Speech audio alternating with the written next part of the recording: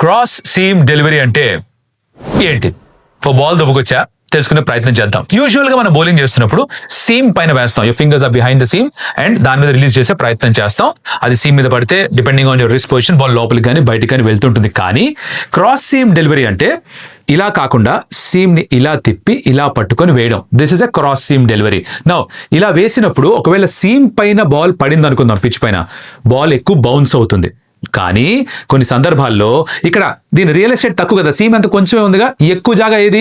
ఈ shiny side, right? ఈ shiny side కనుక బాల్ పడిందంటే బాల్ స్కిడ్ త్రూ అవుతుంది. సో మీరు క్రాస్ సీమ్ వేసినప్పుడు యాజ్ అ బౌలర్ అది సీమ్ పైన పడుతుందా, షైనీ సైడ్ పైన పడుతుందా, లెదర్ సైడ్ మీద, ఎవరికి తెలీదు. బౌలర్కే తెలియనప్పుడు బ్యాట్స్మెన్ తెలిసే ఛాన్సే లేదు. అదే యూజ్ చేశారు MI bowlers against Punjab Kings. అందుకనే ఒకే లెంత్ నుంచి కొన్ని బాల్స్ సీమ్ పైన పడ్డప్పుడు బౌన్స్ అయ్యాయి, కొన్ని ఈ లెదర్ మీద ఈ షైనీ సైడ్ పడ్డప్పుడు పడి స్కిడ్ త్రూ అయ్యే, ఎక్కువ బౌన్స్ అవ్వలేదు. వాటికే వికెట్ సంపాదించారు. Young fast bowlers, it's a good variation to have a cross seam delivery. Practice చేయండి.